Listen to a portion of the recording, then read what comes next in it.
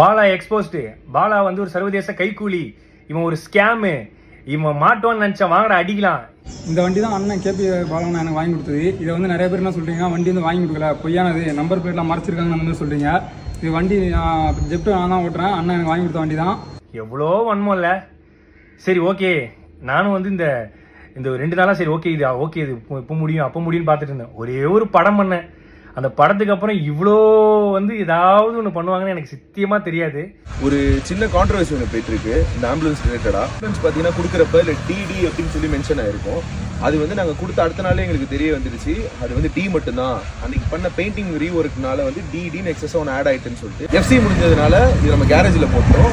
அதுக்கு ரீப்ளேஸ்மெண்ட்டாக ஆம்புலன்ஸ் நம்ம கொடுத்து அது பயன்பாட்டில் இருந்துட்டு தான் இருக்குது மக்களுக்கு. அதில் எந்த விதமான பிரச்சனையும் எதுவுமே கிடையாது. ஸோ இந்த ஆம்புலன்ஸ்னால எவ்வளோ குழந்தைங்க பிறந்தாங்க, எவ்வளோ பேர் உபயோகம் அடைஞ்சாங்க, எவ்வளோ உதவி பண்ணிச்சுங்கிறத பற்றி யாருமே பேசவே இல்லை.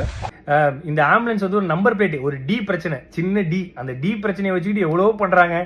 இந்த ஆம்புலன்ஸ் மூலியமாகவும் இந்த எத்தனை ஊருக்கு தண்ணி இல்லாத ஊருக்கு தண்ணி கிடைச்சி அந்த ஊர் மக்கள் வாழ்ந்துட்டு இருக்காங்க, எவ்வளோ ஆட்டோ டிரைவர்ஸ் இருக்காங்க. அது மட்டும் இல்லாமல் இந்த ஆம்புலன்ஸ் எவ்வளோ பேர் புழைச்சிருக்காங்க இந்த ஆம்புலன்ஸ் சர்வீஸில். அது இல்லாமல் எவ்வளோ பசங்க வந்து படிக்கிறாங்க, இதெல்லாம் சொல்லக்கூடாது. அதெல்லாம் யாரும் நம்ம வந்து நல்ல பண்ணுற விஷயங்களை, பாசிட்டிவான விஷயங்கள் எதுவுமே போடுறதில்ல. ஏதோ ஒரு சின்ன டி ஸ்டிக்கர் பிரச்சனை, அதை வச்சுக்கினியும் எக்ஸ்போஸ்டு முகத்திரை கிழிஞ்சது, அதுலேயும் ஒருத்தர் போட்டிருக்காரு சர்வதேச கைக்கூலியா. ஐயா நான் தினக்கூலி, அது கூட பரவாயில்ல. இந்த ஹாஸ்பிட்டல் வந்து இவன் கட்டுறான், எப்படி இவனுக்கு உள்ள காசு? ஏங்க நான் ஈவென்ட் போகிறேன், நான் வந்து ஆங்கரிங் பண்ணுறேன், நான் படம் நடிக்கிறேன், ஆட் ஷூட் பண்ணுறேன், அதை தாண்டி நான் ஃபாரின் ஈவெண்ட்ஸ் போகிறேன். இதுலேயும் வந்து இவருக்கு ஃபாரின்லேருந்து யாரோ காசு தராங்க. யாருங்க காசு தருவா அந்த காலத்தில்? என்கிட்ட ட்ரஸ்ட் கிடையாது, என்கிட்ட எந்த விதமான க்ரௌண்ட் ஃபண்டிங் ஆக்டிவிட்டிஸ் பண்ணுற எதுவுமே கிடையாது. நான் சொந்தமாக சம்பாதிக்கிறத மட்டும்தான், நான் டே நைட்டாக ஓடி சம்பாதிக்கிறதா பண்ணுறேன். அதுலேயும் எப்படி ஹாஸ்பிட்டல் கட்டினா அவ்வளோ காசு வேணுமே, இவ்வளோ காசு வேணுமே? ஏங்க நான் வீடு கட்ட வேண்டிய அந்த கால் கிரவுண்ட் இடத்துல பின்னாடி அமுதவானன்ற ஒரு கால் கிரவுண்ட் வாங்கி அரை கிரவுண்டில் வீடு கட்டுற இடத்துல நான் வந்து ஒரு சின்னதாக ஒரு கிளினிக் கட்டுறேன். அதுக்கு வந்து சொல்கிறாங்க எப்படி வந்து இவருக்கு இவ்வளோ காசு கிடைக்குது? ஏங்க இதே நான் வந்து ஒரு 1.5 கோடி ரூபாய்க்கு லக்ஸரி காரும் ஒரு அடுக்குமாடி வீடும் கட்டியிருந்தா உனக்கு எந்த பிரச்சனையும் வந்திருக்காரு நிறைய பேர் சொன்னாங்க. பட் அந்த அடுக்குமாடி வீடுக்கு பதிலாக அந்த ஹாஸ்பிட்டலும் இந்த லக்ஸரி காருக்கு பதிலாக ஆம்புலன்ஸ் வாங்கணும்னு நினச்ச ஒரு விஷயத்தினால இவ்வளோ பிரச்சனை வருது. இப்போ கூட நான் வந்து எதுக்கு இந்த வீடியோ போடுறேன்னா, சரி ஓகே நேற்று இது முடிஞ்சிடும் நினச்சேன். பட் இல்லை, இது வந்து முடிகிற மாதிரியே இல்லை. ஸோ அதனால தான் வந்து ஏன்னா நம்மளுடைய பேரை வந்து மக்கள்கிட்ட கலங்கடிக்கணுங்கிற ஒரு விஷயத்துக்காக இவ்வளோ விஷயங்கள் நடந்துட்டு இருக்கு.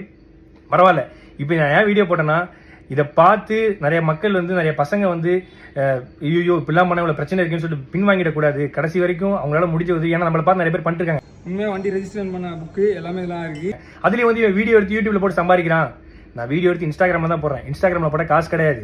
யூடியூப் சேனல் வச்சுருந்தா தான் காசு. என் யூடியூப் சேனல் கிடையாது. ஆனால் என்னை பற்றி தப்பாக பேசி யூடியூப்ல போட்டு தான் ஒரு சிலர் காசு சம்பாதிச்சிட்டு இருக்காங்க சமீபமாக. ஸோ நான் என்ன சொல்கிறதுன்னு தெரியல. பார்த்துக்கலாம், எவ்வளோ வன்மத்தை தாண்டி வாழ வேண்டியதாக இருக்குன்னு இப்போ தான் தெரியுது. பிரச்சனை இருக்குன்னு தான் நல்லது பண்ணுறோம், ஆனால் நல்லது பண்ணுறதுலேயே ஒரு பிரச்சனை இருக்கான்னு கேட்டால் என்ன சொல்கிறதுன்னு தெரியல. நன்றி. இந்த 2 நாளாக நான் படுற கஷ்டத்துக்கு எல்லாத்துக்கும் நன்றி. ஆனால் நீங்கள் பண்ணுறதெல்லாம் பார்த்து நான் ஓட மாட்டேன். எனக்குன்னு மக்கள் இருக்காங்க, அவங்களுக்காக நான் கடைசி வரையும் ஓடுவேன். தேங்க்யூ.